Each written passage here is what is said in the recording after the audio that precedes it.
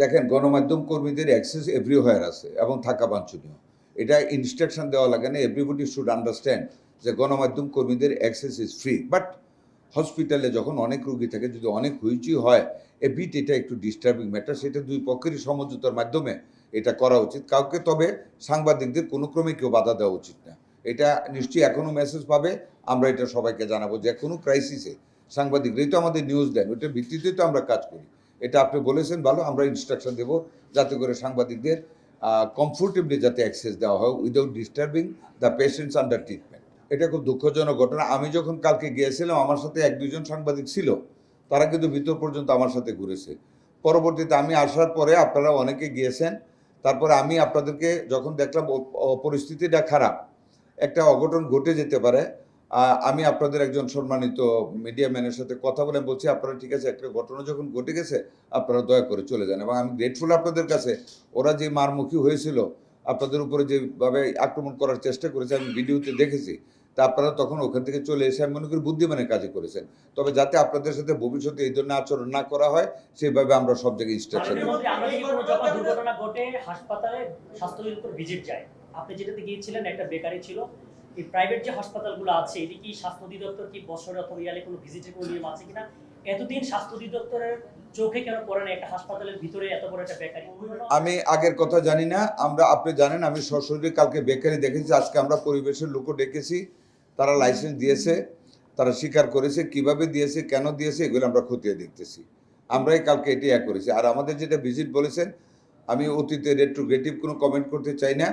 আমরা কিন্তু already visit শুরু করেছি, আপনারা জানেন। এর মধ্যে চানকারপুল, শ্যামলী এবং ফেনী, নোয়াখালী, চট্টগ্রাম, নরসিংদী, খুলনা, বরিশাল, প্রত্যেক জায়গায় আমরা কিন্তু ক্লিনিক এবং প্রাইভেট হাসপাতালগুলি ভিজিট করতেছি। আমি নিজের খুলনায় করেছি, বরিশালে করেছি, কুমিল্লায় করেছি, চানখারপুলে করেছি, শ্যামলীতে করেছি, নরসিংদী করেছি, আরও যাব। আমাদের প্রত্যেক অফিসার, আমাদের সচিব, প্রতিমন্ত্রী, ডিজি এবং অন্যান্য কর্মকর্তারাও কন্টিনিউয়াসলি ভিজিটে আসেন এবং will speed up the activities regarding this thing. Thank you all. এটার ব্যাপারে আমি আপনাদের বলি, আমাদের পক্ষ থেকে, আমি ছিলাম না এখানে, আপনারা জানেন, আপ্রাণ চেষ্টা করা হয়েছিল পোস্টমর্টেম করতে, কিন্তু কোনো অভিভাবক এই বাচ্চাদের পোস্টমর্টেম করতে দেয়নি, কোনো ক্রমে রাজি না।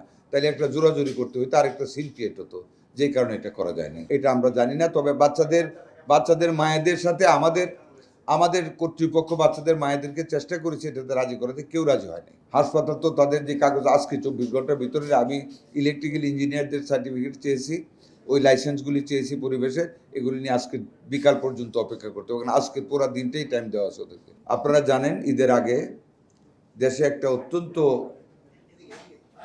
মর্মান্তিক শিশু মৃত্যুর ঘটনা ঘটেছে আদ্দিন হাসপাতাল মগবাজারে।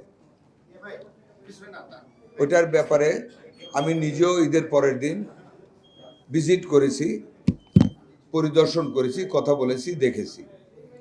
আমাদের ডিজি মহোদয় গিয়েছেন। আমাদের মন্ত্রণালয়ের পক্ষ থেকে একটি তদন্ত কমিটি হয়েছে, তারাও দেখেছেন।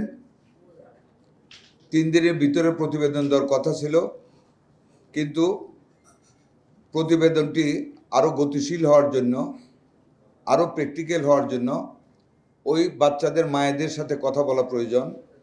এবং যেহেতু বন্ধ ছিল, এটা আমাদের ডিজি মহোদয়ের পক্ষ থেকে আইনানুগভাবে একটি তদন্ত কমিটি হওয়া বাঞ্ছনীয়। ঈদের ছুটির কারণে সেটি উনি করতে পারেননি। উনি একটি তদন্ত কমিটি করবেন, তদন্ত হবে। 3 দিনের ভিতরে সেই তদন্ত রিপোর্ট 3 তারিখের মধ্যে দাখিল হবে। এটার তদন্তে আইনানুগ কোনো বিষয় জড়িত যতটুকুন আছে তা জানার জন্য, বা কিভাবে জিনিসটাকে আইনানুগভাবে করা যায় সেটার জন্যই অ্যাটর্নি জেনারেল মহোদয়কে আমরা ইনভাইট করেছি।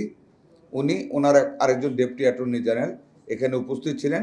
আমরা কি কি কার্যক্রম করেছি, কিভাবে করতেছি, ওনাকে অবহিত করেছি। ওনার আইনানুগভাবে যা উপদেশ আমাদেরকে দেওয়ার, উনি আমাদেরকে উপদেশ দিয়েছেন। আমরা সেই উপদেশ মতো বাকি কাজগুলি করে যাব। 3 তারিখের মধ্যে আমরা প্রতিবেদন পাবো, তখন আপনাদেরকে বিস্তারিত জানাবো। এটাই আদ্দিনের ঘটনা। ওইগুলি দেখার জন্যই তো তদন্ত কমিটির রিপোর্ট। এর মধ্যে একজন মা বোধহয় মামলাও করেছেন, তাই না? একজন মা মামলা করেছেন। কাজে একটা ফৌজদারি কেসে একের অধিক মামলা গ্রহণযোগ্য নয় এবং আইনসিদ্ধ নয়।